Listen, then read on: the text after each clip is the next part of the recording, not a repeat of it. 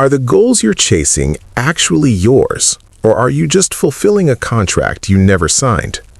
Most of us are dragging an invisible anchor of generational expectations that dictates our every move. It's time to stop mistaking a lineage of obligation for your own internal compass and start choosing yourself. There's a concept that psychologists call the borrowed self.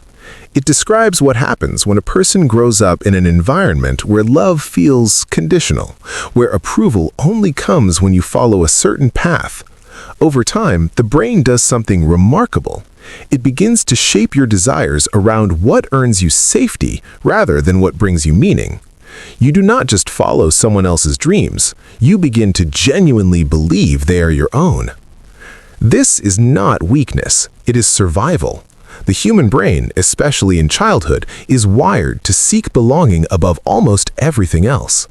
When a parent or family communicates, even subtly, that a particular kind of life is the only acceptable one, a child does not rebel. They adapt. They internalize. And by the time they are old enough to question it, the conditioning has already become invisible. Researchers who study identity development have found that this pattern shows up most strongly in cultures and families where collective values outweigh individual ones. The pressure is rarely aggressive. Often it comes wrapped in love, in sacrifice, in phrases like, "We only want what is best for you," or "You would not want to disappoint us after everything we have done." The love is real, but so is the cost.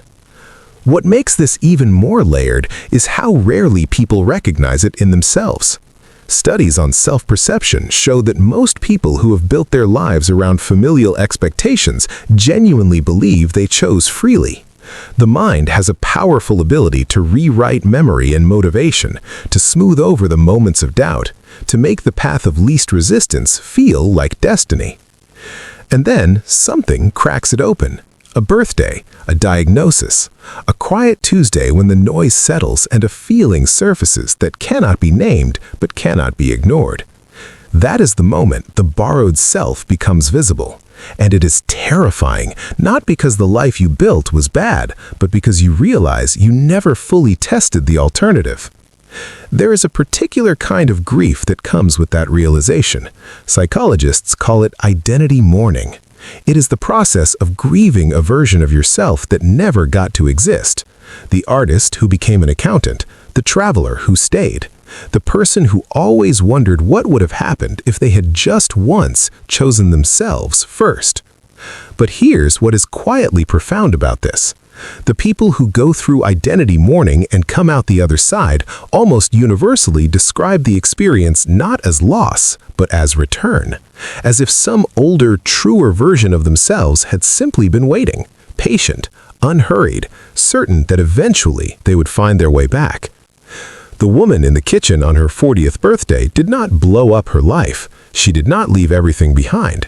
She simply started asking the question, not dramatically, not with answers, just with honesty. And that, according to people who have studied human transformation for decades, is almost always where it begins. Not with a grand gesture, but with a single quiet question that you finally stop running from.